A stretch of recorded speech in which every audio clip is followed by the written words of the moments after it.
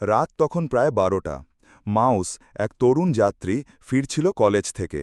সে যাত্রা করছিল একটা লোকাল ট্রেনে, যা মাঝপথে হঠাৎই থেমে যায় এক অচেনা ছোট্ট স্টেশনে। নামটা ঝাপসা দেখা যাচ্ছিল, রাখালপুর স্টেশন। স্টেশনটা অদ্ভুত রকম ফাঁকা। কোথাও কোনো যাত্রী নেই, কোনো আলো জ্বলছে না, কেবল ট্রেনের লাল আলোটা ঝিমঝিম করে জ্বলছে। সবার মোবাইল নেটওয়ার্ক বন্ধ, এমনকি ঘড়িও যেন থেমে গেছে, ঠিক রাত 12টা 1। মাউস জানলা দিয়ে বাইরে তাকিয়ে দেখল এক বুড়ো লোক দাঁড়িয়ে আছে প্ল্যাটফর্মের এক কোণায়। তার চোখ দুটো একেবারে সাদা। লোকটা ধীরে ধীরে ট্রেনের দিকে এগিয়ে এলো, আর হঠাৎই ট্রেনের সব দরজা খুলে গেল নিজে থেকেই।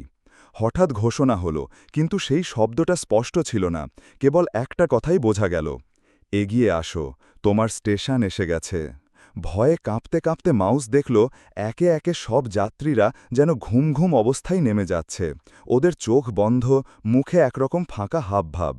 মাউস নেমে যেতে চাইল না, কিন্তু একটা অদৃশ্য টান ওকে দরজার দিকে টেনে নিতে লাগল। সে জোরে জোরে চিৎকার করল, আমি তো রাখালপুর যাচ্ছি না।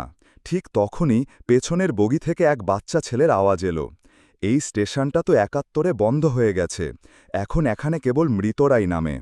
মাউস ঘুরে তাকাতেই ছেলেটা উধাও। এরপর হঠাৎ ঝাঁকুনিতে ট্রেনটা চলতে শুরু করল। চারপাশে আলো ফিরল, সবাই ধীরে ধীরে জাগল, কেউ কিছু মনে করতে পারল না। মাউস মোবাইল বের করে দেখল সময় 12টা 2, কিন্তু তার ফোনে একটা নোটিফিকেশন, আপনি রাখালপুর স্টেশন নামক অজানা জায়গায় 1 মিনিট কাটিয়েছেন। আজও মাউস জানে না সেই স্টেশনটা কী ছিল, বাঁচল কী করে, আর যদি নেমে যেত।